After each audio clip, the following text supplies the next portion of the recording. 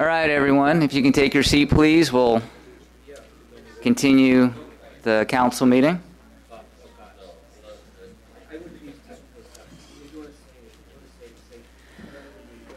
Okay, so we decided to move item B under Mayor Council Matters, which is discussion on whether to create an ad hoc committee concerning letter to FAA regarding next-gen procedures.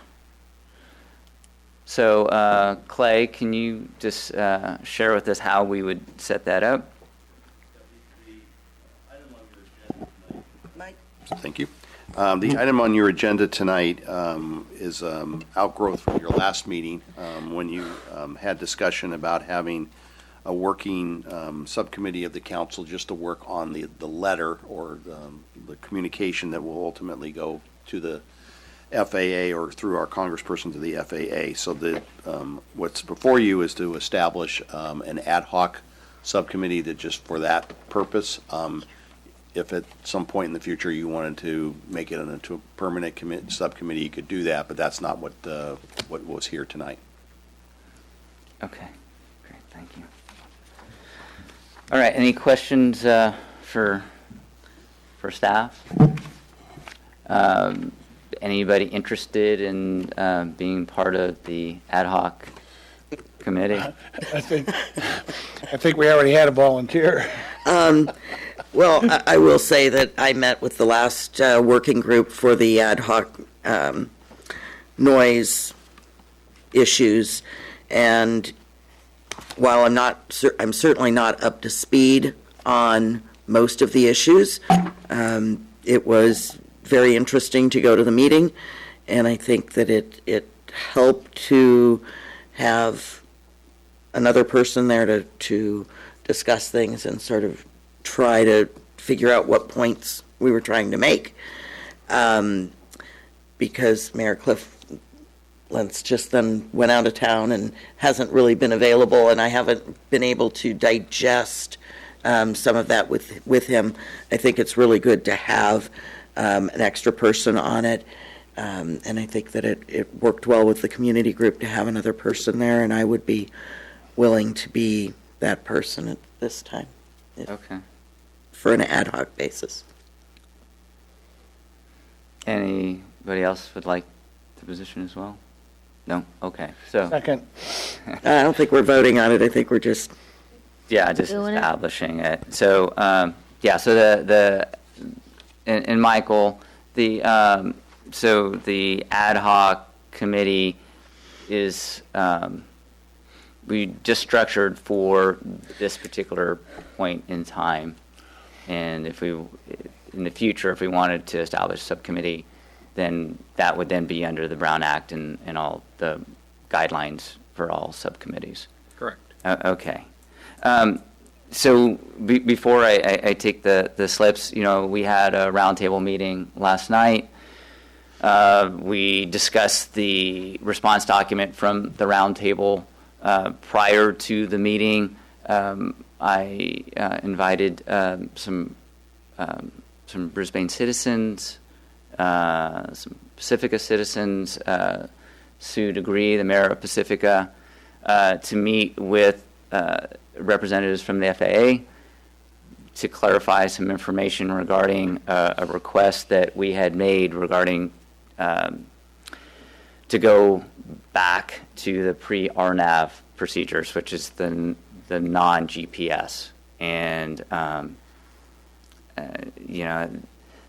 we want to move forward with something that is, that we can do, rather than moving forward with something that the FAA will say no to. The reason that they said that they could not go back is to the previous procedure, which was the port procedure, was because it was decommissioned. And that Do what? it was decommissioned Oh. because it uses the land-based navigational aids. It doesn't use GPS, and that is part of the next-gen system that the whole country is moving forward with. There are some procedures that are still existing, like the offshore. Patrick Tainer made a suggestion that we should use, recommend flying that. I think that's a good recommendation. When the roundtable went through the entire document, the roundtable approved the document with some ability to provide some additional information, one of which was the stick in the short term. And I said that I would work with the noise group. We are going to meet tomorrow here at City Hall at 6 o'clock to hopefully come up with some language that we can present to the congressional members, so that then the congressional members can send that on to the FAA. One of the things that the FAA representative said was that we have an opportunity to have some relief. Is it going to be the relief that we all want to see? No. But he did say that we have an opportunity and that we should not waste that opportunity. And so, I'm hoping to work with the group to come up with language that is within the parameters of the stick procedure, but modifying it so that it uses SEPTI, which is the waypoint that all of us would like the planes to go back to. Clark? If I could, just kind of, in my mind, I'm trying to summarize all the happenings of this. So, from what I understand, Next Gen happened because Congress requested FAA to come up with this basically uniform plan to be able to get flights in and out of airports more on time. And so they developed this Next Gen plan, which they implemented, I guess I'm assuming that they took each metropolitan area. They call it a metroplan. And developed the FAA developed a plan, and they implemented the plan. And now this is what we have right now as a result of that plan. But they did this unilaterally. I mean, it wasn't like cities and stuff that bought in. And I know that we had this agreement back in the 80s or 90s where there wouldn't be a noise shift. And by going to Next Gen, there's a major noise shift. And they shifted the noise from up here down to here on everybody. Yes. And that is a noise shift. To me, I'm going to look to our lawyer. It seems like some legal action could be taken because Congress created the problem. They gave the FAA the okay to do this, and they made a unilateral decision. Now they're saying, we want your input, but we don't really want it. It's kind of what I'm getting from a sense that, yeah, but that's not going to work. No, we're not going to do that. You know what I mean? This is what you're going to get. And it's just a bunch of crap. I see these people getting so frustrated, coming here. And to me, we're going to have to take legal action. I mean, I think with the other cities, we got to get the attorneys together and start doing some research on this, because this is just, it's just nonsense. And they're really not listening. I understand. Mr. Mayor, Yeah. the concern I have is really not to the substance of the issue, but really the only item you have in front of you on your agenda is whether to create an ad hoc committee. That's what we should be talking about. Yes. If the council wants to have a broader discussion about these issues, it should direct that be put on a regular agenda so we can have that discussion and keep the discussion tonight focused on the creation of whether to create the committee and who should be on it. Okay. All right. I do have folks from. You want to say something? Nope. I just adjusted. That do want to speak on this. I hear what you're saying, Clark, and we have to go down that road. We're going to have to go down that road. I know. So I have one question before we get into comments. Because it's an ad hoc committee, we can only have 2 council members meet with the citizens, Or so that it's not possible for other council members to sit in on that or be involved in it? Well, they could attend, but they could not participate.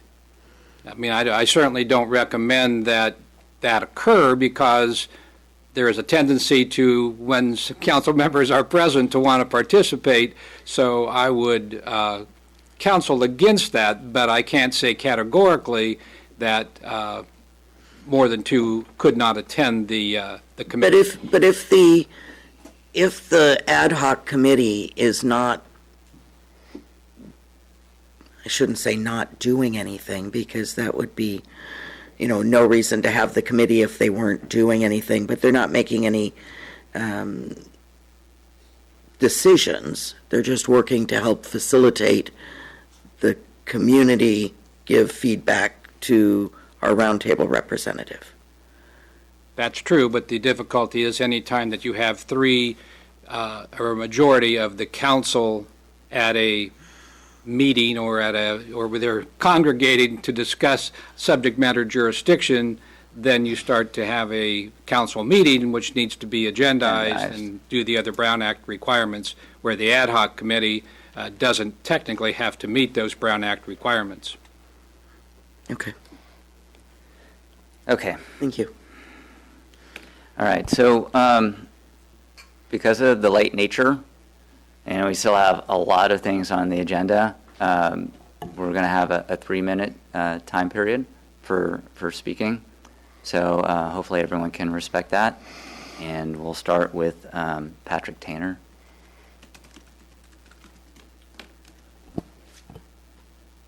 Good evening. Patrick Tanner. I'm at Butterweed Lane. First of all, I support the ad hoc committee. We'll just say that right now. But what I really want to talk about is some very troubling decisions that were made at the roundtable meeting last night. The chair, our mayor, Cliff, invited a technical person from the FAA to get up and address the question of immediate relief. And he said, we cannot do it because we were told to implement NextGen. And that was it.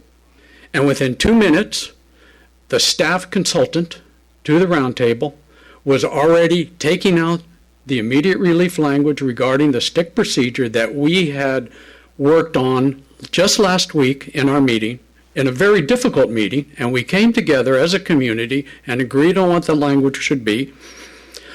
The staff, that staff consultant, was taking the language out, rolling it back to the previous language, which says, fly the stick procedure as charted, which is the problem. And then there was a nod from Cliff that is okay. And it was accepted, no comment, no debate, no discussion. Then, an additional item that occurred at the request of the city of Millbrae, the preferences of which runways are used at night for departures has been changed. And this is going to result in a noise shift to Brisbane, where planes are going to take off from the runway that comes northwest and then has to turn over or just before San Bruno Mountain. And a lot of those planes actually come over the mountain. Now, that really affects this part of town, but we hear it all over the city. And even if they're able to make the turn before the mountain, when they're going east, the backblast from those jets come right back into Brisbane. This is noise shifting. And this was also accepted by the roundtable without any comment from yourself, Cliff, without any protection to the city of Brisbane. You didn't stand up for us.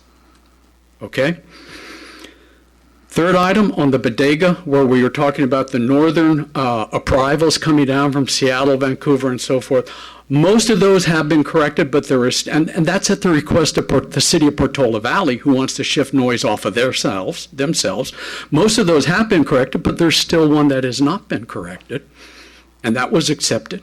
Now, the most egregious thing that occurred last night is that it then went to a vote. The chair called for a vote, called for a motion and a second. Those were given. It was a unanimous approval.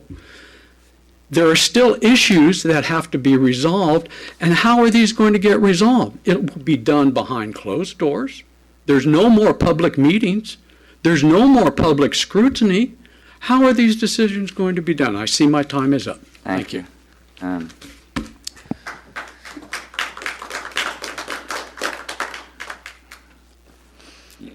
just going to address the council on this. Can I? Okay. Thank you, Patrick. Tony Varios, please. Tony Varios. Oh, you. Okay. That's fine. Joel Diaz.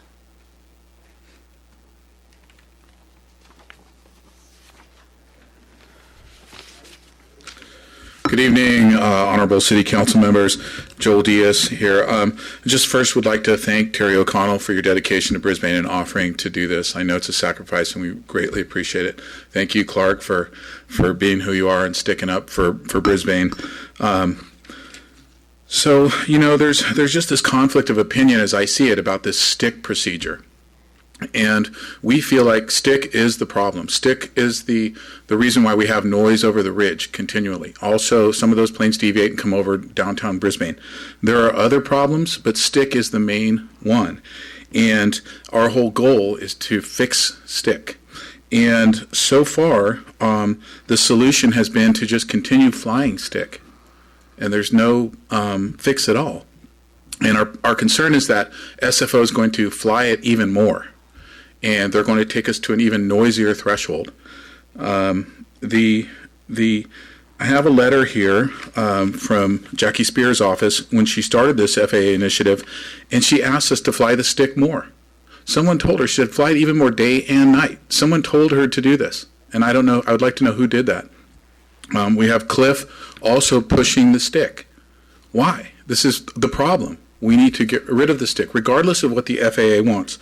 I also have, for the record, the resolution with the roundtable prohibiting the shifting of noise. This needs to be dealt with. We have rights, we have options, and we need to look out for our citizens. And I'd like to enter this into the record. Thank you. All right, thank you. Grace.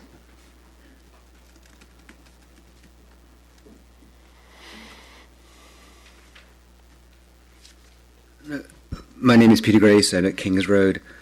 I'd like to thank Mr. Mayor Terry O'Connell and the Council for considering forming the ad hoc committee.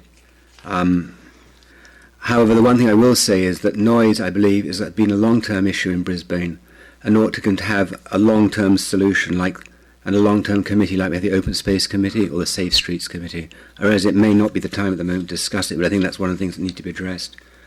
I'd particularly like to follow up what Patrick said about the preferential runway use at night, where the order of preferential runways was changed as a result of the loud person from Millbrae getting up and complaining about the noise.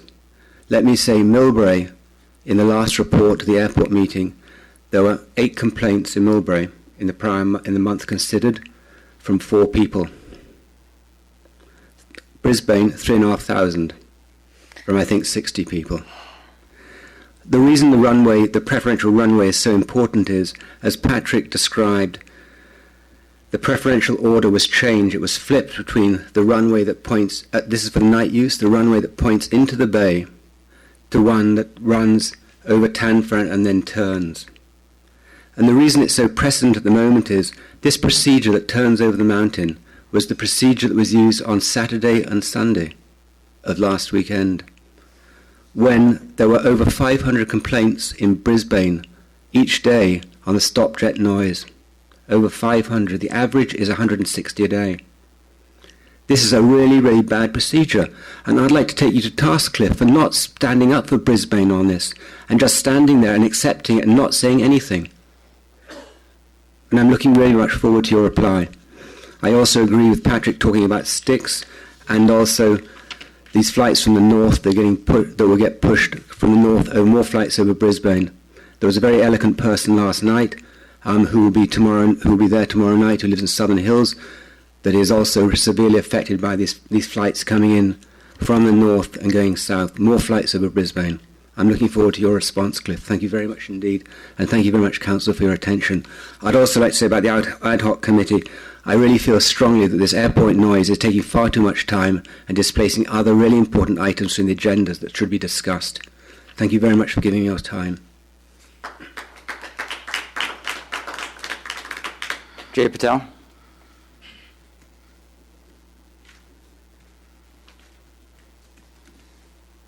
Jay Patel, Lily Court, Brisbane, at the Ridge. I guess I wanted to clarify or just emphasize a few key points. The FAA has admitted they have no consideration for noise when they created these flight paths, including the stick, of course. That's verbatim almost. They just don't consider human and health and welfare of their citizens. They value greenhouse gas, efficiency, just shorter times on flights. They value that over our health and well-being. I mean, this is a serious problem. In my mind, there is no difference between air pollution, airplane noise pollution, and secondhand smoke. I mean, they're both cardiovascular, they both will kill you, they both will shorten your lifespan. There's no difference. And yet our government prioritizes saving a little bit of fuel and some time on flights and having more throughput, and there will be more planes. The plan for SFO is to have more and more planes. They are not maxed out, and that's part of NextGen's plan as well. So this is a very long-term situation. It's a long-term fight. It is the fight for identity of our town. Rather than City of Stars, it's going to be a City of Planes, and it's already that. It will materialize. So we need to take this very seriously and look at our health and our quality of life. I'm glad that Terry O'Connell is joining. This thing is a very complex situation. The learning curve takes a while. I've spent way more time. I have a mechanical engineering background. I deal with acoustics for equipment that we sell in HVAC. If a room is too noisy, we get called out. We have acoustical engineers who review plans. So it's a little bit in my wheelhouse. And so I'm encouraged that the city is actually really getting involved now, and that more council members are participating and getting up to speed. The mayor may not always be available or out, and someone else should represent Brisbane in any kind of meetings or roundtable meetings. But thank you. Thank you, Chair. Danny Ames. Danny Ames, Sierra Point Road. Guys, let's just look at the logs for last Saturday, and I'd put in from 12:05 a.m. Then 2 minutes later, I had there's 8 flights till 1 in the morning. And I was just totally annoying. And this is projected to get worse. And the room is pretty empty, but I think this room is going to be a lot more crowded with citizens of Brisbane really ticked off at this. And there's people that have left Brisbane because they report noise. And I think Clark makes a good point with some action here. Maybe there should be some preliminary budget discussion as far as what kind of legal expense we're willing to take on. I think you'll have the community backing you up on this, especially as it gets noisier. I do want to push for the route where they go over the Golden Gate Bridge.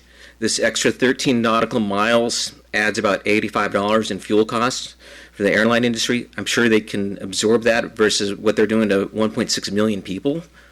These population centers are being impacted by this noise.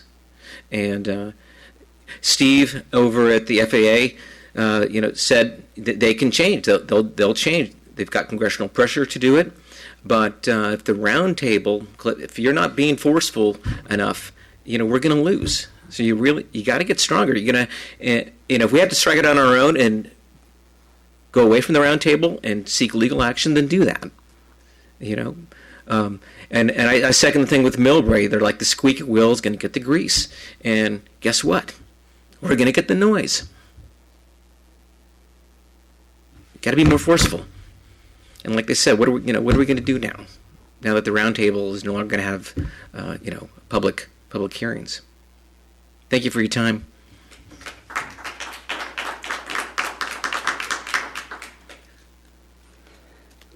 James Charles.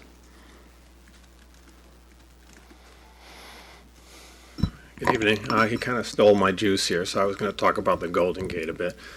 I was at the meeting last night, and I had to leave a little early, but I really don't feel there was a strong enough push of something I consider preeminent importance, is to get the Oakland flights out through the Golden Gate, on the north side of the Golden Gate, at all times of the day. And I was actually drafting a letter. I'm in the process of doing that. And who would I send that to? Everyone on the council here? Sure. Question, okay. Just to clarify why this is so important. It gets the planes out of the way of stick. It allows stick flexibility, a lot more maneuverability to figure out how to find relief with that area. It also, it seems safer, as the planes are not coming in the same vicinity, in the same airspace. 2 reasons. There's a host of other reasons. It's just an idea we really need to push, and I don't think it's strong enough in the initiative. And I would like to see a separate line item in the summary and a separate item for the importance of this while we have congressional members listening to us. This needs to be, a top priority, because it'll affect everything else. Everything else will snowball from there, and you need to, this really needs to be done. So, thank you. Okay. All right, thank you, Jim. All right, Tony Barrios.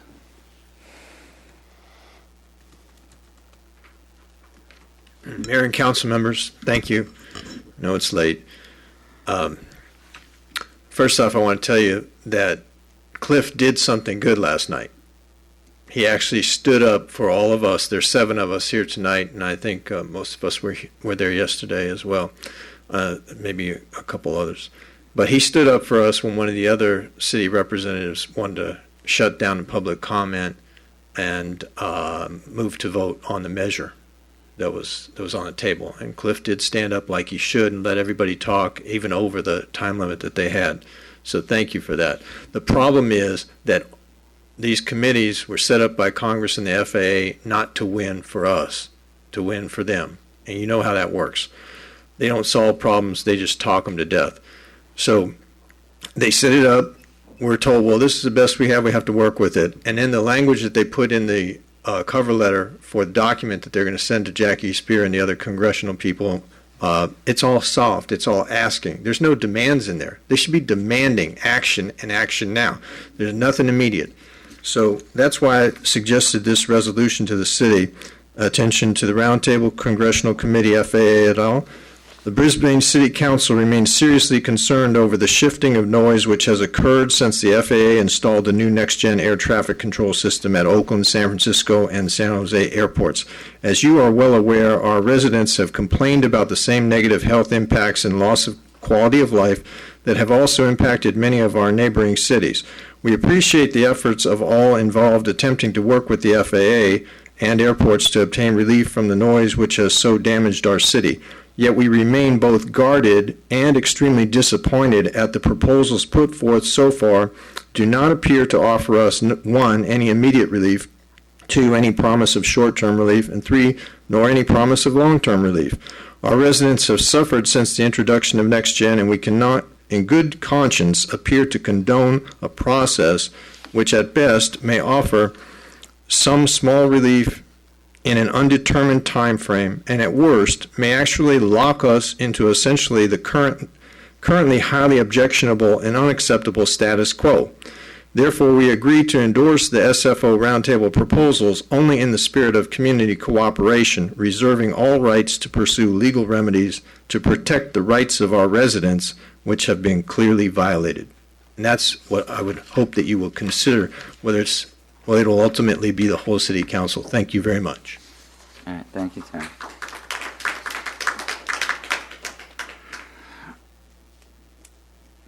Danny, quickly, please. Steve, the FAA guy, said if they use the Golden Gate Bridge, it'll have a domino effect of positiveness, and that'll help relieve a lot of the regional complaints. So I think if we can press for that, it would be really meaningful. Thank you. All right, thank you, Danny. I want to thank you for your feedback. And, I'm taking it to heart, and I will try and get as much information as I can for tomorrow night's meeting. And I look forward to seeing all of you then at 6 o'clock. So I'll make a motion to have an ad hoc committee with Terry and Cliff. Is that? Okay. Do we need a motion for that? Okay. Second. All those in favor? Aye. Aye. Okay. All right.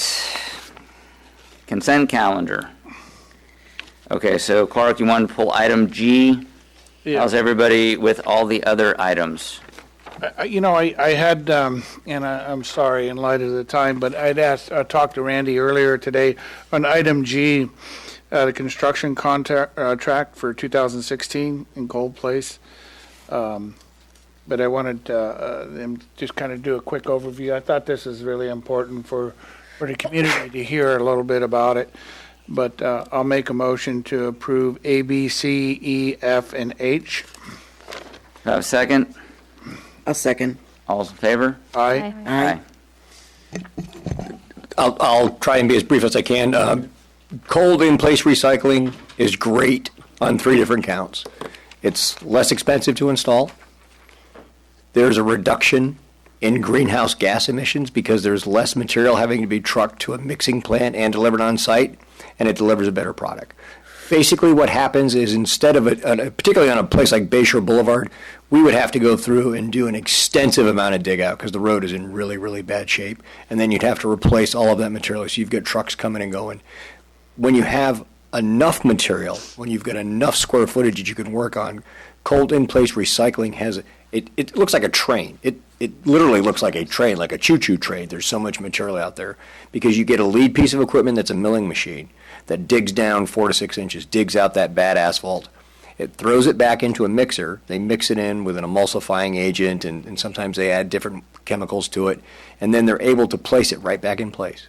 So they put it in place, and then when they're done with that, they come out. Just because of the nature of the material, you do still have to come back and put a thin 2-inch hot mix asphalt layer on it. But as I said, it ends up being cheaper depending upon how much square footage you have to deal with. Across the state, we've seen 15 to 50% cheaper than doing the traditional methods, and also varies depending upon what type of roadway you have. I've already mentioned the reduction in trucks.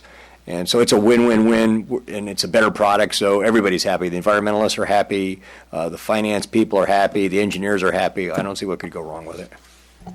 And is it faster too? Yes. And I have to caveat that because if you had a condition where your roadway was that you're going to have to go out and do a bunch of individual dig-outs and do all this sort of crazy road traffic control everywhere, that would take forever. This, when they get out there and this train moves, it moves. It humps its way down the road. So it is a little bit faster in most cases. Thank you for that. I just wanted to get an explanation for the citizens and for people that are watching this on just how important that is. And it's also another mark for next year's beacon. So, motion to approve item G. I'll second. All those in favor? Aye. Aye. Okay.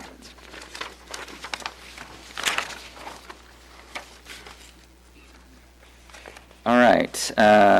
Under public hearing, have item number, or ordinance number 612 in regards to subdivision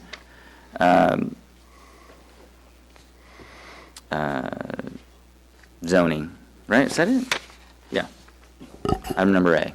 Yes, thank you, Honorable Mayor, members of the council.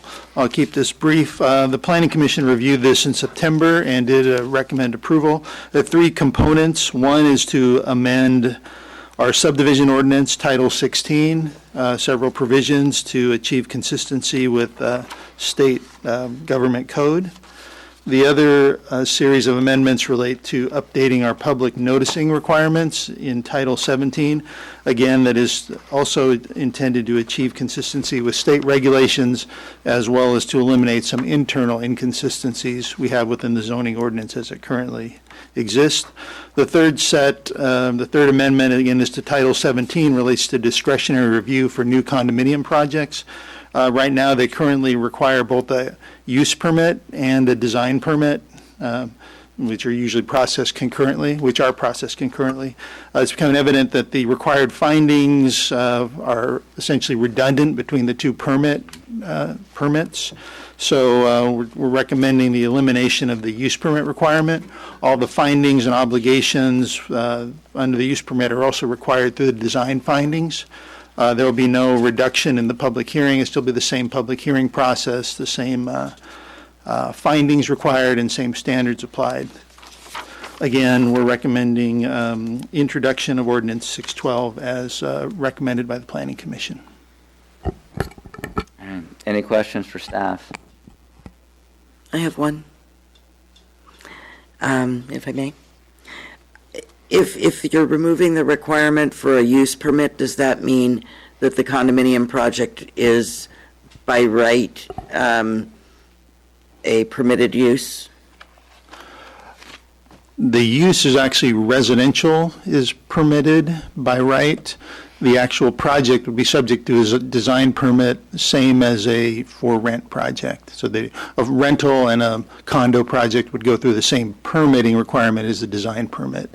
The use of residential is permitted in whichever residential zone it's allowed.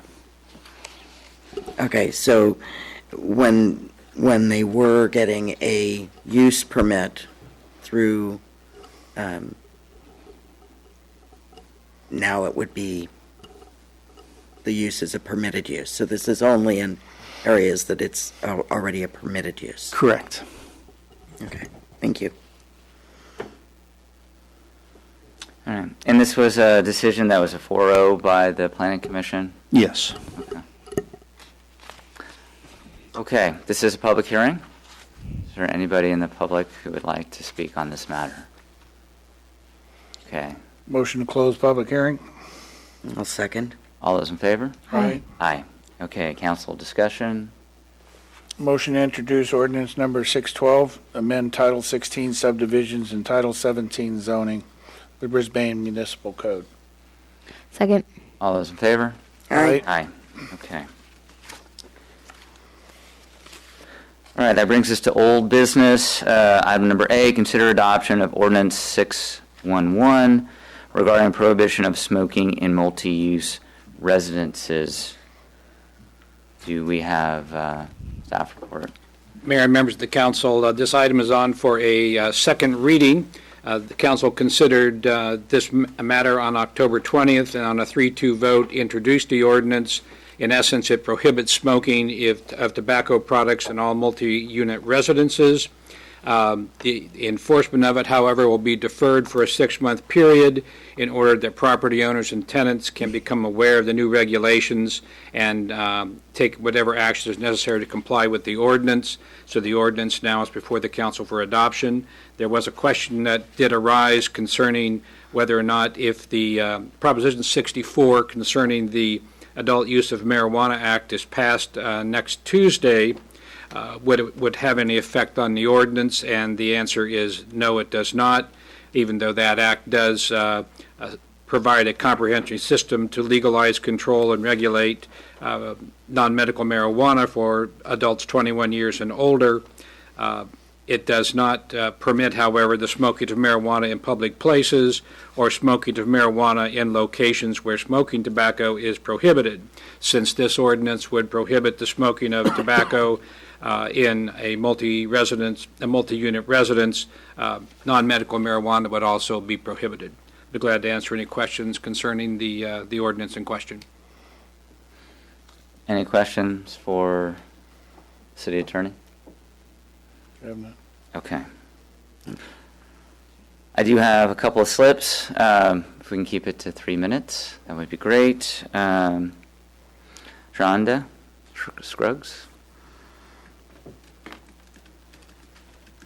Mayor Lentz and fellow City Council members, I'm Shonda Scruggs, Director of Tobacco Prevention for San Mateo County Health System. Just wanted to recap where we come. Last December, you asked us to do outreach to the community members to make sure they were notified of the consideration of this policy by the council. We spent the last 6 months doing just that.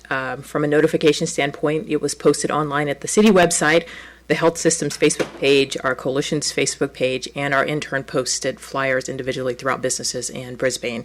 and interested community members also shared it in their social media platforms.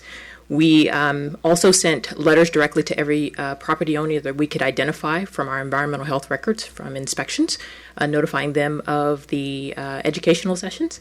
And so it was widely distributed for people to attend. Randy, who did those sessions, could give you a little bit more information about the sentiment of the folks who attended. The cities in the county have pursued several multi-unit residence ordinances of the similar capacity. San Bruno will read this similar ordinance next week, and South San Francisco, in their first reading last month, passed the ordinance. So we're expecting their second reading to be within the next 2 weeks. So I just wanted to give you an update on that. So if you have any questions, I'd be happy to answer. All right, thank you. Any Thank you. questions? County? I did, Mr. Mayor. Shonda, and I know this doesn't have anything to do with you, but I had talked to one of the renters up at Northeast Ridge, and they told me that the HOA did not allow them to attend a meeting, specifically told them they couldn't attend. And I know you're probably not privy to that. I heard that And, too. and I'm appalled. Attend Because it's what supposed to meeting? be educational and outreach, just because they rent, they shouldn't be exempt from a meeting that is supposed to be educational. And I find that very disturbing. Yeah, so the meetings weren't restricted to owners, or there was no restriction on who could attend. That's why we held them at the large condo buildings, as well as here in the city council chambers. So Right. there were sessions available for anyone in the community to participate in.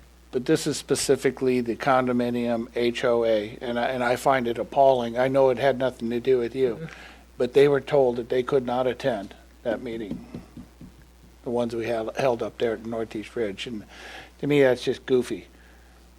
And Are you sure that they were not allowed to attend the informational instead of a homeowners association meeting? Yes. informational meeting on the smoking ban. During their HOA meeting? No, it wasn't during an HOA meeting. From what I understand, that was separate from a HOA meeting. Yep. But I'm just not sure, and I have no reason to doubt what you're saying. I'm just saying that that's the information that was passed on to me from somebody that said that they specifically were told that they could not attend the informational educational meeting because they're a renter. How were they told? Yep. How were they told that information, Clark? One person told me that today. I was I mean, told that last week. how was the information, presented? Was it in a letter or an email or? I didn't ask that, Cliff. I didn't know. I'm not sure. Okay. I'm not sure, but I know that the meetings were not well attended from the report. Very few people came, but I think we might want to look into why that was. yeah. I mean, that's I don't not think going we to should stop me from judge voting it on here right now. I was told that too. By somebody who was a renter. The same thing. Yeah, I just, that I find that very disturbing, especially because it's educational. And like I said, I know you certainly didn't have privy to that because that would have, raised a red flag for you immediately. But it's supposed to be educational outreach and, and people that rent, may be more subject to this ordinance than people who own, and it's like those are the ones you really want to reach. And I hope it's not true. Huh? I said, I hope it's not true. Well, pretty reputable source Yeah. said it specifically. Yeah. That this is what happened. Now, Cliff, I guess to follow up on what yours, I can certainly ask the person, how were they, informed not to attend? And, if that is true, I'm going to vote for this ordinance tonight. I did last week. But I think we should send a very strong letter to the HOA informing them of what I term as gross misbehavior on their part. Because we're trying to do a public educational outreach through them. Not for them to control renters or keep people because, that's the kind of stuff that creates problems, when all of a sudden somebody's calling on somebody who's smoking and said, well, they wouldn't let me attend to me. I didn't know what it was about, or whatever. It's just goofy. Yes. And if there's people on the HOA listening to this, you are goofy. And I'm appalled. So. Yes. No, absolutely. If that did occur, that would that would be appalling. So I'm going to definitely follow up on this and get more information, but I am going to vote for this ordinance tonight. I know we went 3-2 last time, but it's not going to stop me from, following through with what I said. So. Right. Yeah, and I heard the exact same thing. So I don't know if it was the same person. I think it probably was, but definitely somebody who I trust deeply, who came to me with that information a couple of weeks ago. But yeah, that was alarming. I don't know how exactly how they were communicated that, but I know it was like very strong opposition, and they were told that they were not allowed to attend that informational meeting to give their input. They were in opposition of the ordinance? So the HOA was in opposition of renters going to that meeting. Okay. Which was that person was told. Well, I would suggest that staff contact, not by sending a letter, but actually try to call, because it's all like this hearsay. Because it might be just one person's hearsay, and I think that before we condemn something, we should get the facts and confirm them before what happened. Yeah, and that's what Clark and I are saying. Like, we don't have the full story, but that was both the gist of what we heard. It's consistent with what you were told. I just learned it today, so we hadn't talked about it for sure.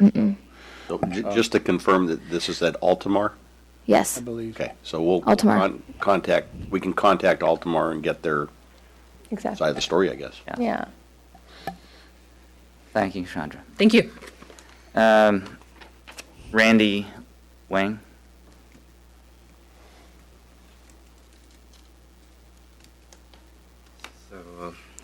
Good evening, council members. I'm Randy Wong from Breathe, California, and also the San Mateo County Tobacco Education Coalition. Your O's look like A's. Huh? I called you Randy Wang last time. Oh, no, it's fine. That's just how my last name is pronounced. It's okay. Okay. So, anyway, I just want to underscore all the hard work that you've done for the last year and a half on this issue. And just to talk a little bit about the presentations, which were very lightly attended, and just to say a little bit about the sentiment of the people who were able to attend there. They were extremely lightly attended, as you know, just a dozen or so, 15 perhaps.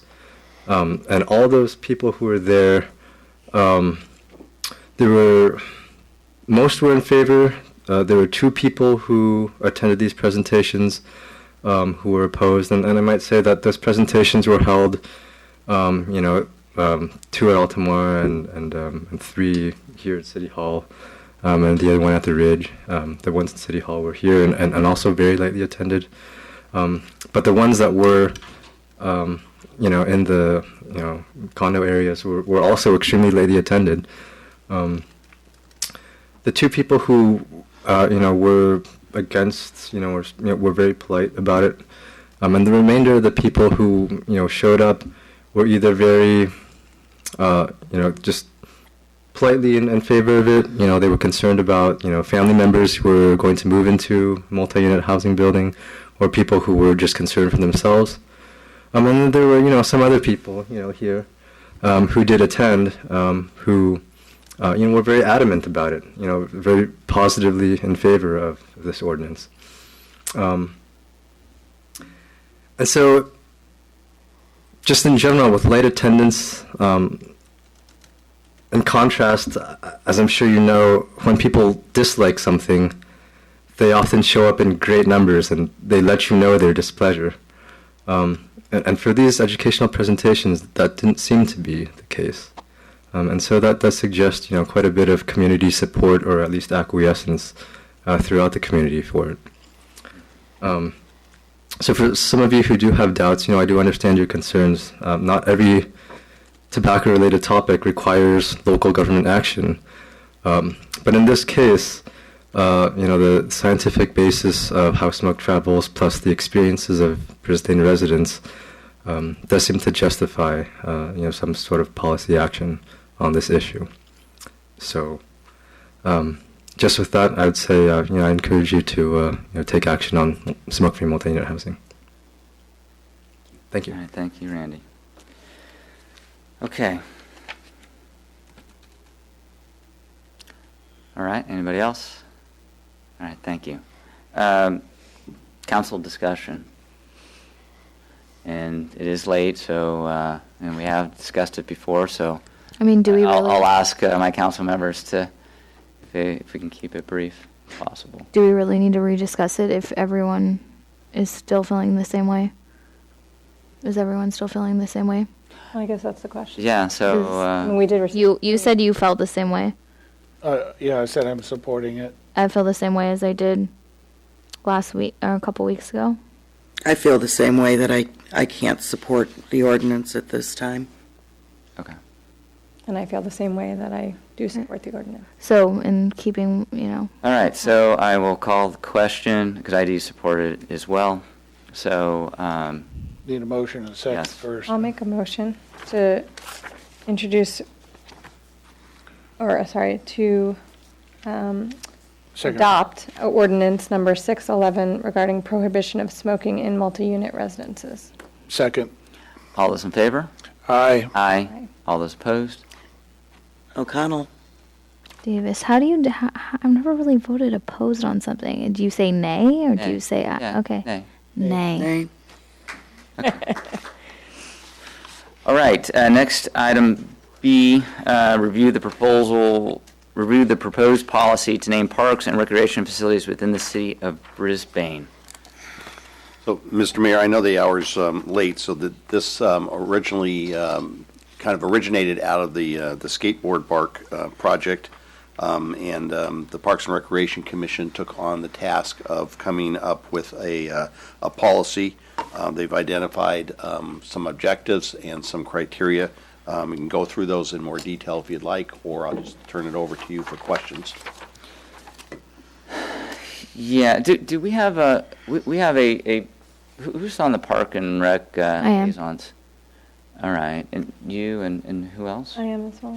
All right, have the two of you met with the commission regarding this? I don't think we have. No. No. All right, I'm just wondering if maybe that I mean, this has come from the Park and Rec Commission, since they're asking for council input. Well, they're asking you to consider adopting it. Yeah. So, I don't know, maybe, because we've never done, I shouldn't say we've never done it before. We have some parks, some places that are named after people, but for the most part, we don't typically do that. Other cities do it. I think in some situations, it would be appropriate. Others, no. Well, but, maybe have the liaisons kind of get a... Yeah, they could. I just, want to point out one major thing in it is that they're not suggesting any parks that previously existed prior to 2015, if I read it correctly. Correct. And that's correct? Yeah, it's just skateboard park board.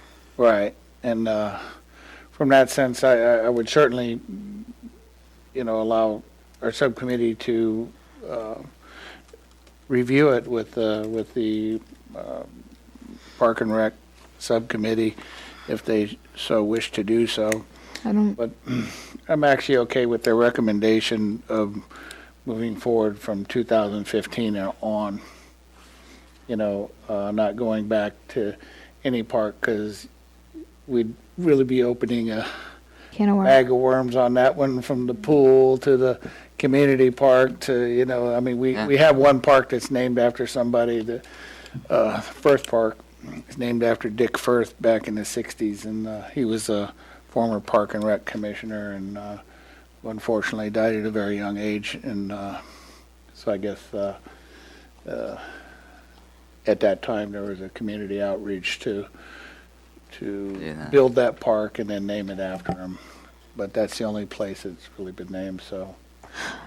I don't know. What do council members feel? I don't really think that we need to meet about it as a subcommittee. I think, me personally, it allows the council to have the final discretion, and it seems to have a pretty good vetting process in terms of picking a name.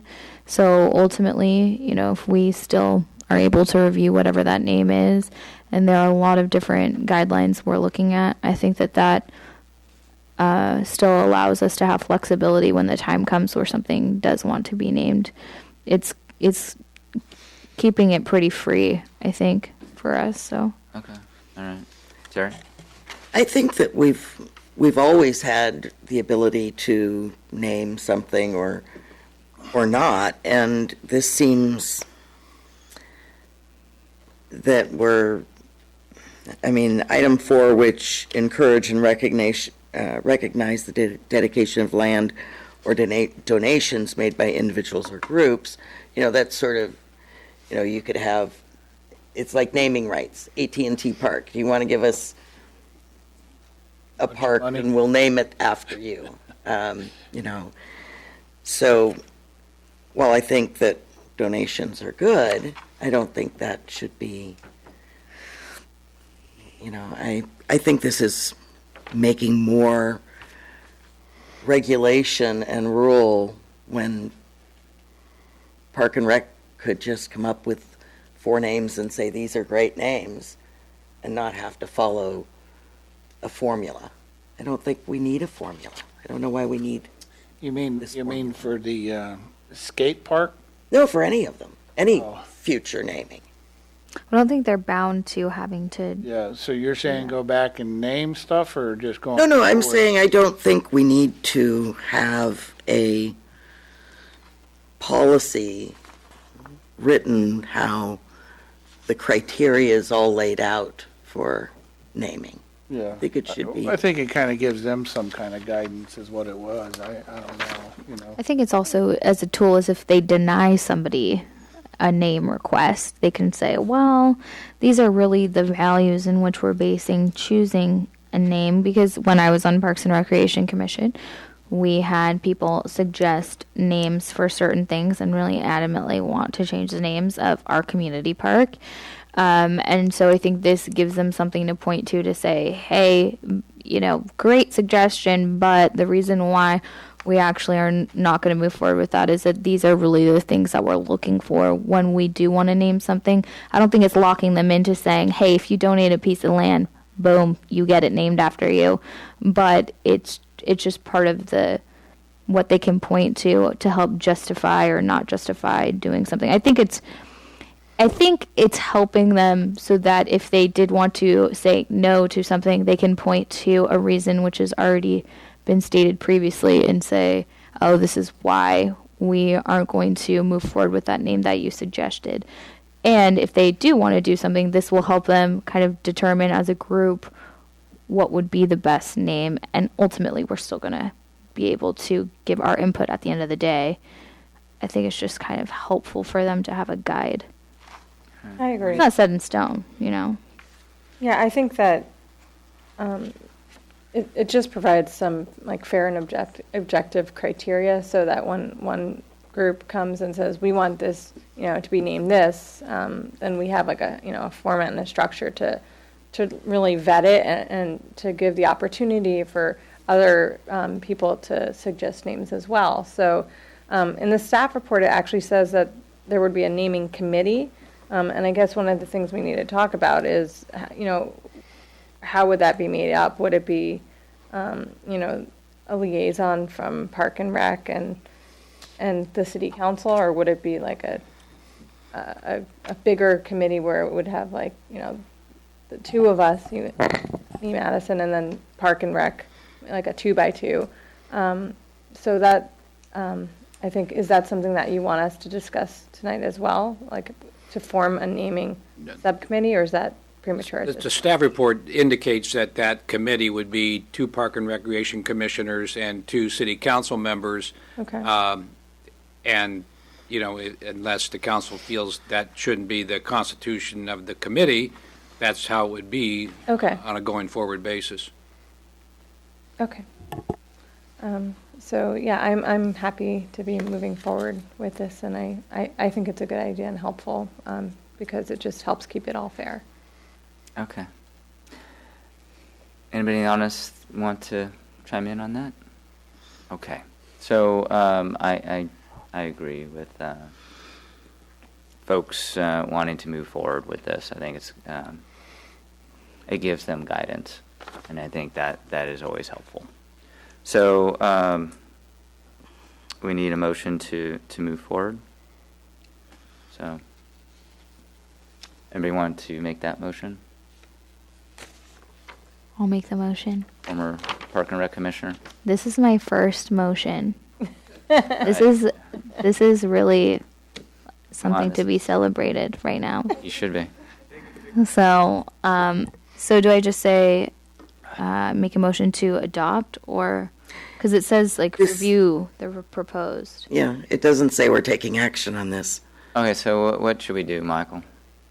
How do you recommend moving forward? I think the intent was if the council's comfortable with the proposal, that the motion would be to adopt the proposed policy as suggested by the Park and Recreation Commission. If you want to make any changes to it, you can, but if you're satisfied with it as proposed, then you're just going to adopt the proposed policy as suggested by or recommended by the Park and Recreation Commission. And if there's a second and 3 votes, then that'd be the policy. Okay. Can I ask one question on the policy? And they say it's for parks, recreational facilities, or areas. What are we considering an area? So we could, name the marina something else, or a project like the marina, where we would be naming housing projects or neighborhoods or Bathroom. What does the word areas mean in that? It doesn't specifically define it, but other than the initial sentence says for naming parks and recreational areas and facilities, so it doesn't really provide that kind of guidance. But what would probably happen is if there was an area, then the committee would be formed and decide whether or not that area would be an appropriate one in which to have a name. Yeah, and that could be, say, out in the Baylands or something like that, right? Okay, so Madison, are you going to provide the... I found my notes from the prior staff report, and I wanted to just make one minor suggestion for under the criteria. It talks about the different criteria on page 3 of the staff report, and the last bullet point is fauna and flora or fauna located on San Bruno Mountain, and I wanted to suggest that we also include species, to include the butterflies. Because I know we have, at least at the Ridge, we have the street names, and we have Mission Blue Center, so nice to keep that in mind as well. So flora. Doesn't fauna... Or does that already include the butterflies? Fauna includes that. I think we're good. We're good? Is that all right, Madison? Okay. All right, so... Don't forget the butterflies. That's right. So I make a motion to adopt the proposed policy to name parks and recreation facilities within the city of Brisbane. Did I do that right? Okay. I'll second that. All those in favor? Aye. Aye. Reluctantly, yes. Okay. That sounds like Eeyore. Motion to extend the meeting to 10:45, not 11:45. Yeah, I was like, what are you doing? All right, so item A, consider adoption of resolution number 2016-39, public... Do we have a second on? Oh, I'm sorry. Move forward with the... Second. All those in favor? Aye. Aye. My jet lag is catching up. Oh my God. Consider adoption of resolution number 2016-39, Public Agencies Post-Employment Benefits Trust administered by Public Agencies Retirement Services, PARS. Yeah, I'll give a brief staff report unless you're ready to just act on it. I'd like to make a motion to adopt resolution number 2016-39. Second. unless you want to discuss. You're looking like you want to discuss. I thought there was, isn't there a question in regards to going the PERS route or the PARS route? Well, this is a recommendation to the PARS. Okay, so it is a recommendation to Yeah. the PARS. Okay. Yeah. Your council subcommittee did review this. Okay. Very nice. Got it. Okay, so we had a motion and a second. All those in favor? Aye. Aye. Okay. And Item assuming B, there's no public that want, is this, no, yeah, no public. consider introduction of ordinance 609, waiving first reading, amending Title 10 of the Municipal Code concerning commercial industrial parking permit program. Andy? Honorable Mayor and Pro Tem Council members, good evening once again. So yes, I think the council is well aware that the current municipal code has a voluntary residential parking permit program. And one of the challenges that we've discovered over the last several years within the Crocker Industrial Park is that we've reached a point where the uses and the businesses that are in there are much more intensive on an employee per square foot basis than they've been. So as I've noted in the staff report, the city engineer and the city manager's office working together in a couple of unique cases have used the authority that exists in Chapter 10 to create on-street parking, and what this proposal would do, and it was crafted by the city attorney following that voluntary residential permit program, would formalize that program. And really the reason I think that we need the formalization is, number one, it helps express the council's intent that, yes, it is okay to have some parking on some of the streets in there, and you can provide me whatever guidance you like on that. And it also, just because of some of the challenges we've had as we go out there, you'll have one employer that will come in that's got a lot of employees. They'll pay for some on-street parking. We'll set that up in a safe fashion. And then all of a sudden, the employees in an adjoining business will decide that it's more convenient for them to park on the street than to park in their business. So we're getting to the point where it needs to be managed with some decals and such. So I'll cut my staff report short because I do respect the hours late. But I do know that Mitch Bull, working as part of your economic development team, is also here. And I know he wanted to comment on it, but I don't think he's going to slip in for you, sir. Okay. Mitch, you wanted to?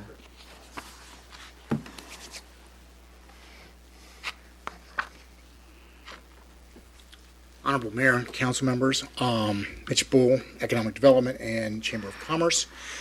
As Randy said, we've seen a real evolution within the park, where in the old days we had warehouses and freight forwarders that had, 6 forklift operators and not a lot of employees. Now we're seeing businesses that are more working with the public. They may not be retailers, but they're wholesalers. There's more people visiting them. They have more support staff, let's say like Bright Equipment Rentals, Zork Recycling, Fresca Italia. So there's just there's not enough parking. And I think we need to look at it and consider doing something to formalize this with a permit where we can look at the streets where it's appropriate and then look at where it's not appropriate. But we do need the needs because the park is evolving, and we want to continue to attract businesses that are generating taxes and doing services. We're seeing more service-oriented businesses rather than just warehouses. That makes sense. All right, any questions? So what impact would this have on public parking? Say if someone wanted to park on the street to be able to access any hiking trails from there? Well, I would think how it's crafted, Randy. Well, let me take a shot at it, Mitch, because there is, I'm not sure where an example would be, man, but at present there isn't public parking that's on the streets in the Crocker Industrial Park that's intended to provide access to trails. Okay. So, but there are ways to carve that out. We've done that, for instance, alongside the skate park. We've done that, for instance, on the backside of the dog park where we indicate. Typically the way we do that is when we have an access point such as that, we usually restrict it to 2-hour parking, and then we'll put a note intended for, like on the backside of the dog park users only. We mark it for 2 hours. When it gets to the point that it looks like the businesses are starting to utilize it, the community service officer goes out and monitors it a couple times a week and writes a ticket or two for those people that are parked there longer than 2 hours, and it seems to solve itself very quickly. So the area I was thinking of, I guess, would be like further in the back, like when people, if they ever want to try and find the Crystal Cave. Is that area out? I don't remember the name. So that's at the end of the cul-de-sac. Is that included in this program? I would say yes and no, because my experience, ma'am, is that people, and I'm not saying I ever did it, but folks just seem to park in the business.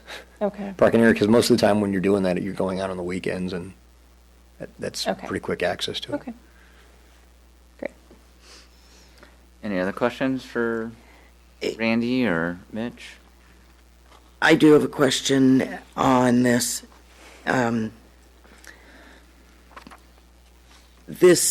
Does it say in this that this is for, it says commercial and industrial, but it doesn't limit to Crocker Park, does it?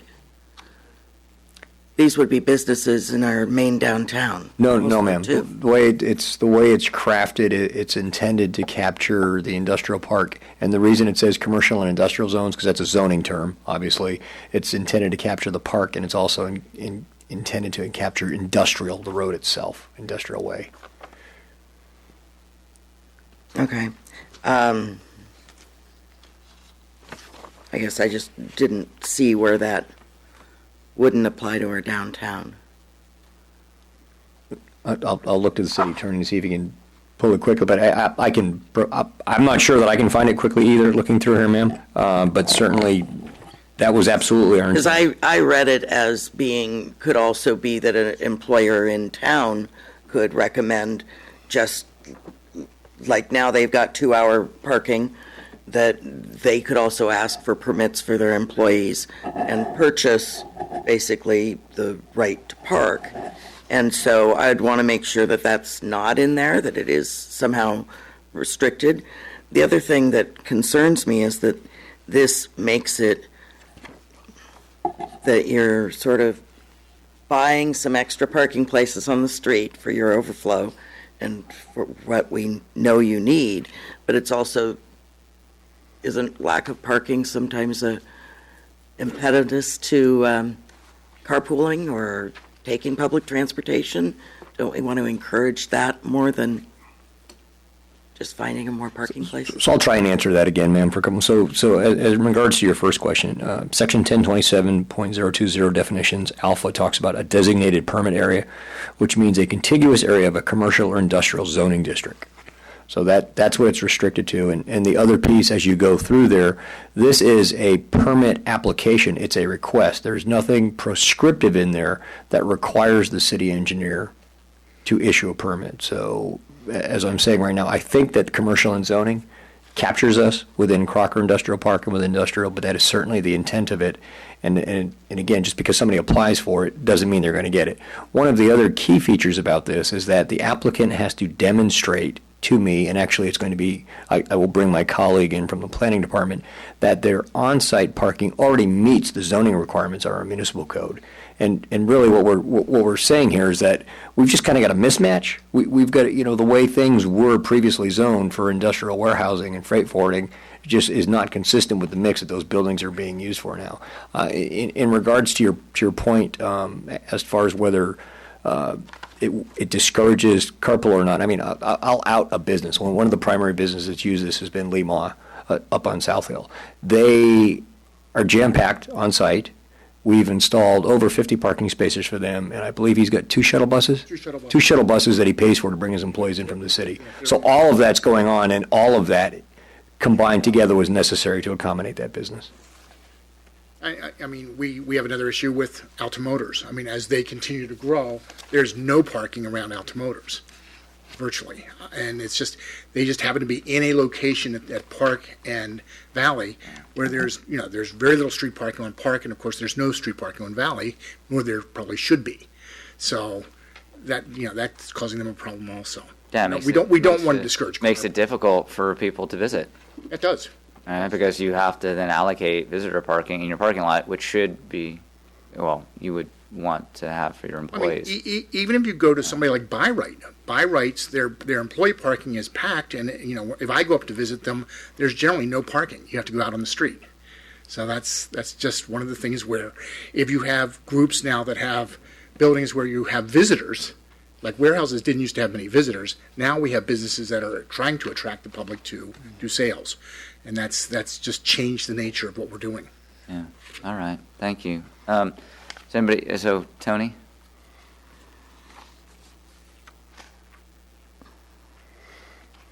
Thank you. I wasn't aware of this, but I was aware of the problem. I wasn't aware of the suggestion, and I'm glad to hear it. Doesn't apply to me personally, but in my business location right across the street, it was a single-story tilt-up concrete little industrial park buildings, about 5 buildings in there. And when that was approved by the city back around 1980 or 78 or something of that nature, it was approved with generally 2 dedicated parking spaces for each unit and 1 visitor space. And that was fine when the majority of the occupants were a single contractor who was not at his office or location very often. Then there was more parking than they needed. But that's changed dramatically, just like Randy and Mitch have said, where now if you have a general contractor that's moved in next to me and he has about 40 employees, fortunately they're not all there all the time, they're out working most of the time, but he doesn't have enough space. And so normally I share some of mine with him, and some other people do that as well.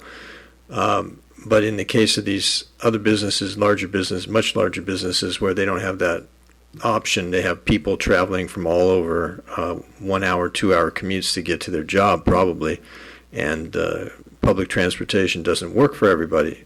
Most people are aware of that. It works for some people, it doesn't work for everybody. And so this seems like a reasonable accommodation that Randy's trying to work out, the city's trying to do. My one concern about it is that if you haven't already got it in the document, that you try to make it revenue neutral so that the city doesn't lose money on running an expensive permit program. That's all I'd like to say. Thank you. All right, thank you. Is that something you thought about, Randy? Just Great minds often think alike, sir. Yes, sir. It's not only revenue neutral. Part of the requirement is that if the permit is approved, they actually have to, in addition to paying all the costs, they have to provide a public benefit. Yeah. Which, as I indicated in the staff report, would typically intend to be assistance with our cleanup and stuff, so we stay in compliance with the municipal regional permit. Yeah, and then the business pays for the cost of doing the painting of the installation of the paint, the signs, the cost that we would do the stickers, and I usually require a deposit for removal of the parking signs as well to keep on hand in case we have to remove things. Yeah. Okay. Good. Sure. All right. So. Okay, I'll make a motion to introduce ordinance 609, waiving first reading, amending Title 10 of the Municipal Code, considering commercial and industrial parking permit program. Do I have a second? I'll second. All those in favor? Aye. Aye. Okay. Item C, adopt resolution number 2016-42 regarding the 2016 Bicycle Pedestrian Improvement Program, BPIP, to obtain funds to construct the Crocker Trail Commuter Connectivity Upgrades Project. Staff report, please. Honorable Mayor, members of the council, this item is required a resolution of local support to submit an application to the Bicycle Pedestrian Improvement Program, the BPIP program, as part of MTC's OBAG Cycle 2. And this project is to resurface the Crocker Trail with stabilized composed granite to make it a surface that's more passable for pedestrians, bikes, strollers, and all of the uses that are being considered. Okay. Any questions for staff? No. I have a question. So, do we have an estimated budget for how much this project would cost and how much time it would take to complete it? Well, $1 million. Yeah, the cost estimate is $1 million, and the minimum match required to apply is 11%, so $110,000. Okay. And the grant process is, these are federal funds, so there's probably a little time involved, but construction-wise, it's a few weeks once we did get it funded. Oh, great. Okay, perfect. All right. So, Motion to adopt resolution number 2016-42 regarding the 2016 Bicycle Pedestrian Improvement Program. And this is to obtain funds to construct Crocker Trail Commuter Connectivity Upgrades Project. all right. I'll entertain a second. Second. All those in favor? Aye. Aye. Okay. All right, moving on to staff reports. Clay? Yeah, so I've got a couple items, but I'll try to be quick. The November Star has not gotten through the post office bulk mailing, so it's a couple days late, just to let you know that if you get complaints. But hopefully it'll be to people's house within the next day or two. This upcoming Thursday at 8 a.m. At the gazebo, we're going to have a flag raising event for Veterans Day. We did this last year here at City Hall. This year we're going to be doing it at the gazebo. We're trying to get participation by the schools, but we certainly invite any council member who might want to attend that also. Next Thursday evening at 6:30 at the Doubletree Hotel will be the State of the City address by the mayor. That will also be taped and on Channel 27. We're doing a warm coat drive here at City Hall through St. Vincent de Paul. That's for new coats as well as used coats. That will be run through December 30th. So if anybody in the community wants to participate in that, just come down to City Hall, and we've got a bin out in front here for people to put their coats in. Okay. The Baylands hearing schedule reconvenes on November 17th, 2 weeks from tonight. And that will focus on the soils issues. And that, I believe, is it. Okay. And then, Terry, you mentioned there's a conflict with some countywide meetings. Let me get to that. Item C is your schedule. It's... Oh, okay. We're not there yet. That's it. Well, since I asked you to do that, maybe we'll just do item C.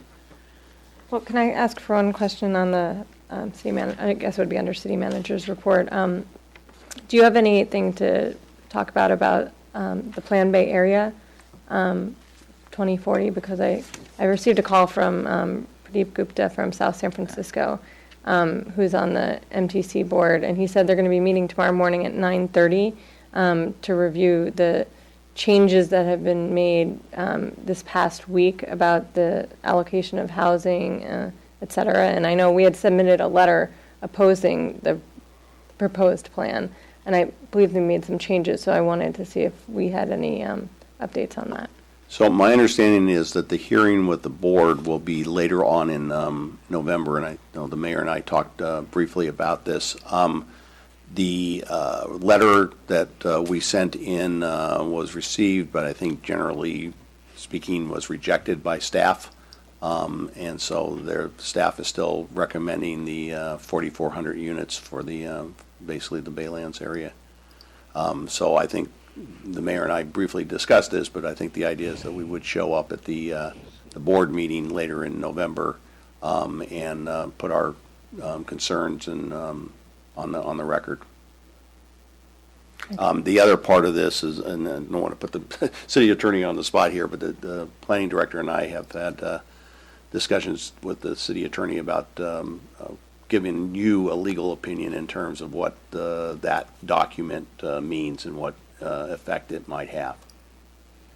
All right. Are you aware of that meeting tomorrow, the ABAG meeting tomorrow? I'm not aware of that. It sounds to me like that's not the board meeting. That's some subcommittee of the board, perhaps. I don't know. Yeah, I think that the board meeting, I believe, is something like November 15th or 16th, something like that. All right. I'm available if. Yeah, I'll find that out tomorrow and get you the details on that. Okay. Okay.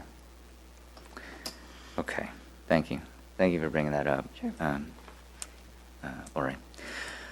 All right. So I asked you, Terry, if to look Well, at the calendar. I had just mentioned that I had a couple conflicts on meetings because there is.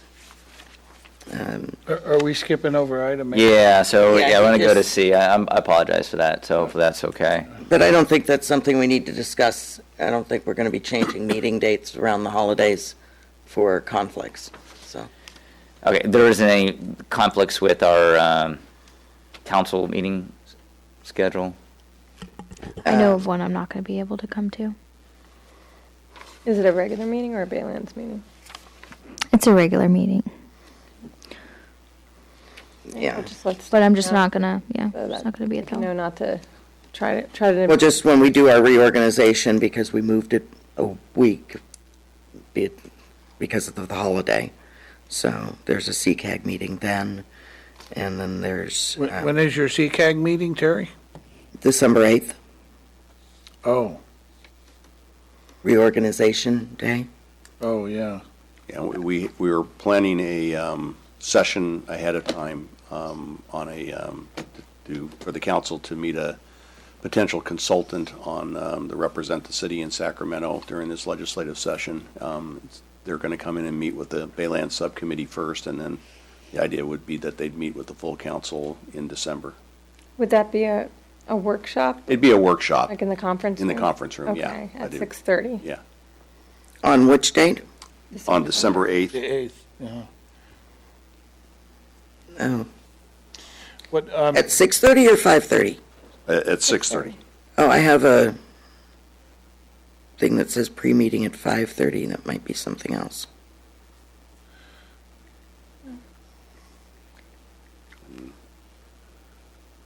So there's also the Peninsula Clean Energy. Just wanted to Yes.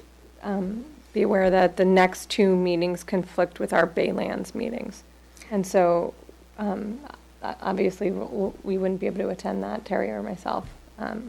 So would it be possible to send staff to at least take notes at that Peninsula? Yeah, Energy? I've had a staff person, I think, at Okay. a May meeting or something like that. Yeah, we could do that. Okay, so it's the next two meetings. Okay. That, I believe that's, December 15th and perhaps January 19th. You'd just check the schedule of Peninsula Clean Energy. It's on their website. The other item, I know you haven't finished this discussion, but we did get back information from Poren, from One Planet Living, that he has arranged for Saturday, January 21st, for the project manager from Sonoma Mountain Village to be available from 11 to 1. So that's a matter of, it's probably not something every council person has to go to, but I think it was just kind of open to all of you. So if you want to go, and then if more than three or three or more, we would have to actually post it as a meeting. I think that's a good idea. So January 21st. The workshop to the 17th. Because it was initially January, yeah. We never put it on the calendar. So January 21st from 11.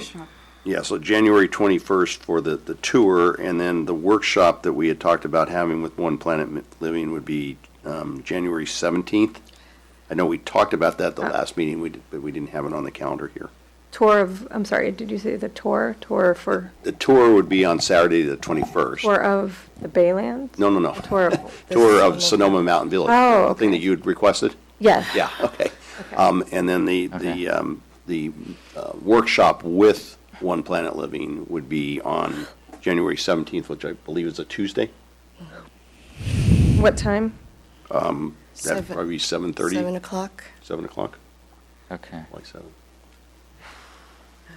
Okay, so the Sonoma Mountain Village tour was the one that you were saying not everyone had to attend, but if Right. you wanted to, then it would be agendized. Right. If we had more than If more than two people. More than two. More than two. Yeah. Excuse me. January 21st from 11 a.m. For the tour? Right. Okay. So we would probably need to leave here probably no later than 10, and you would figure that you'd probably be there until 1, so you wouldn't be back until 2-ish, so 10 to 2 probably is the time frame. Okay. 9 to 3. Yeah, I think it'd take longer to get up to Rock Okay, Park. we might want to do, I don't know, I never Anyway. went there, so. Okay. Okay. So do we have to provide transportation for the public as well? No, I mean, we have to let them know where it's going to be, but. Right. Okay. But we would, if there's a number of council members, we'd probably use the recreation van and just go up that way. Field trip. It's a field trip. Okay. All right. And I had let Ingrid know that the April 20th meeting scheduled for Baylands hearing, I'm not going to be available that week. That's not until next spring, but that. Well, I guess the question there is whether or not the council wants to move that date. I mean, obviously, we have plenty of Yes. time to do that at this point if we want I to. think we should all be there. Yes, for any absolutely. meeting, Okay, sorry. so we'll try to find another date for that, maybe the following week, but let me get back to you on that. Okay. And just, I'm not going to be here on the 2nd of February, which is a regular meeting, but I already told Ingrid that, but just so everyone else knows. All right, so we'll go to item A then, the one that I skipped, which is discussion of planning commission appointments. So, any, In the past, we interviewed candidates, including those who are reapplying, and then we choose from there. Yep. I don't see we do it any different. I agree. Same thing. Yep, I think we should just do what we normally do. And It's so- just coming up with some dates. And can you remind us how many people have applied for how many spots? I think you got eight applications, and there's 3 spots. Okay. Another easy decision. We could interview them all at one sitting, I would think, like, we did it Yeah. over a 2-hour period. It's going to be, yeah, I mean, if you do 15-minute interviews, yeah, you could probably do it one night. We did that. We did a similar amount last time we did interviews. Okay, so we want to choose a date.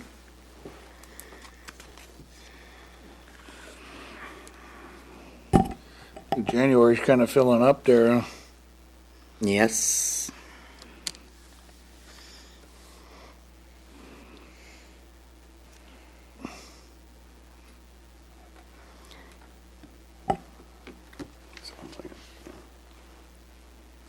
Who's initiating this? What date works? Conversation. So, When room available. You did indicate last week that January 10th at 7 o'clock will work for everybody's schedule for a workshop, maybe. Okay. Do you want to push it that late? I mean, that is pretty far out. January 10th. Is I have a council sustainability, One Planet Living. Oh. Wait, that's the One not gonna Planet. move. That'll be the The 17th. 17th. Yeah. The One Oh, that Planet one's is the canceled. 17th. 17th. Shoot, I gotta change it.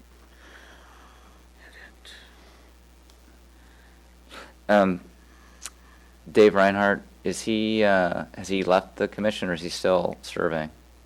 That I don't know. I know he's indicated he's going to not reapply, Yes. Yeah. But there's still 5 commissioners? Yeah. to my knowledge. Okay. They're all still serving. They're all still serving? Well, yeah, I mean, then Until we reappoint. if we wanted to wait till January, that's fine. If he's wanting to continue to serve. January what? What's the suggestion, the 10th or the 12th? Well, they're planning commission having a meeting on the 12th? Yeah, I mean, you do it in the conference room, so you could, No, I mean, are they having a meeting on the 12th? I guess that's the sure, question. yeah, yeah.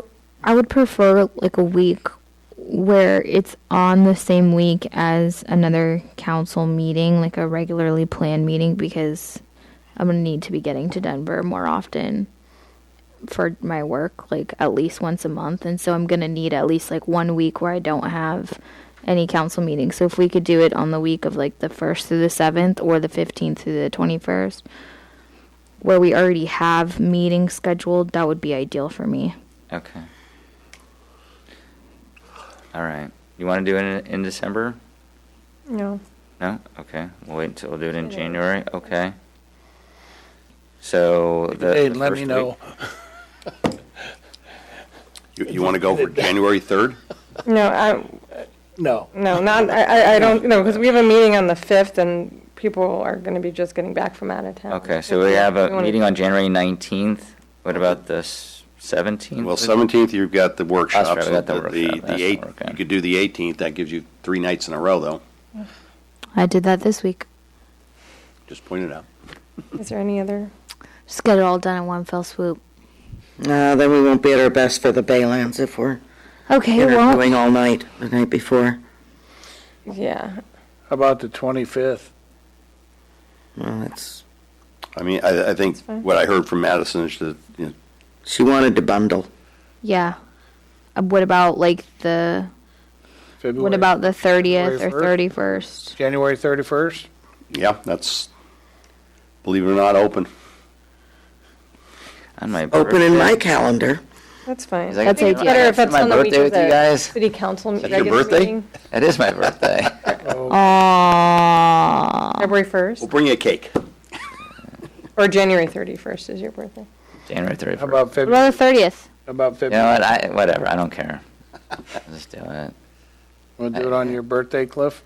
Not really, Are but there any other dates on the week of the 30th? What about the 30th? Because I'm going to be gone starting the 1st, so okay, that's let's why do it I on can't. the 30th then. The Monday? Monday Yeah. the 30th. Monday the Chinese 30th? New Year. January 30th? Yeah. We're Going, red. going, gone? Oh, that. I'm done. Okay, and what time It should is. It's do the interview? You 7 want to o'clock? start at 7? Probably the earlier the better if we got 8 candidates. Yeah. Or do you want to start at 6? Lori? We're looking at you. Oh. It's better for me to start at 7 on Mondays, yeah, because I've got after-school things until then. Okay. 7 p.m., January 30th. Okay. Okay. Now we just have to get our applicants there too. Well, I got 2.5 months, so.